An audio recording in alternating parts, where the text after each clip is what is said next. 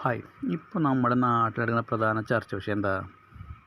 ആരാണ് കേരളത്തിലെ മുഖ്യമന്ത്രി കോൺഗ്രസിൻ്റെയെന്ന്? ഉണ്ടാവുമല്ലോ.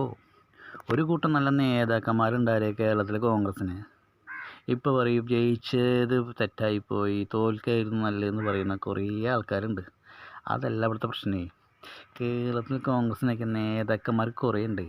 ആലോചിച്ച് നോക്കിയേ. KC വേണുഗോപാലുണ്ട്, അതുപോലെ തന്നെ VD സതീശുണ്ട്, K സുധാകരനുണ്ട്, രമേശ് ചെന്നിത്തലയുണ്ട്, തിരുവഞ്ചൂർ രാധാകൃഷ്ണനുണ്ട്. അങ്ങനെ കുറേ ഒരുപിടി നേതാക്കന്മാരുണ്ട് സീനിയറായിട്ടുള്ള. അത് കഴിഞ്ഞിട്ട് നോക്കിയേ, യൂത്തന്മാരില്ലേ കുറേ നമ്മുടെ VT ബലറാം, CR മഹേഷ്, മാത്യു കുഴൽ നാടൻ,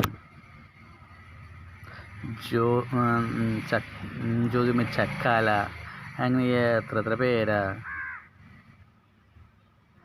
ബാക്കിയുള്ള രാഷ്ട്രീയക്കാർക്ക് ഇതിന് കാണിക്കാൻ പറ്റുമോ? യുവ നേതാക്കന്മാർ ആരൊക്കെ ഉണ്ട്? പിന്നെ നമ്മുടെ KSUവിലെ പിള്ളേരില്ലേ, VT സൂരജ്, അഭിജിത്ത്, അങ്ങനെ കുറേ പേരുണ്ടേ.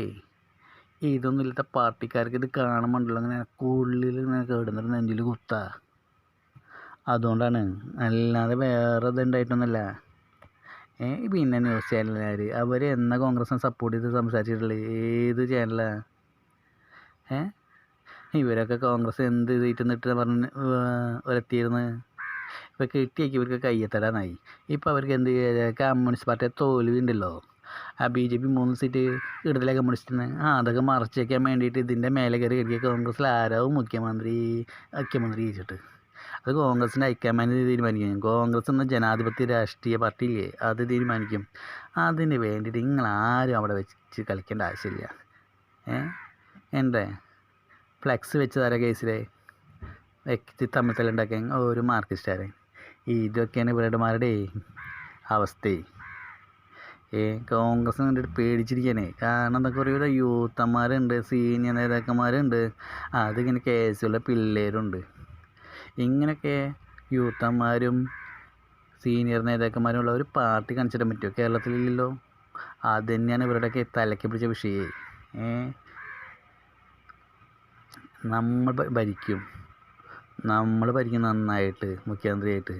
അത് നമ്മുടെ ഹൈക്കമാൻഡ് തീരുമാനിച്ചൊരു മുഖ്യമന്ത്രി തരും, പിന്നെ നമ്മുടെ മന്ത്രിമാരെ തരും. എന്നിട്ട് നമ്മൾ ഭരിച്ച് കാണിച്ചിട്ട് എങ്ങനെയാണ് കേരളം ഭരിക്കേണ്ടതെന്ന്.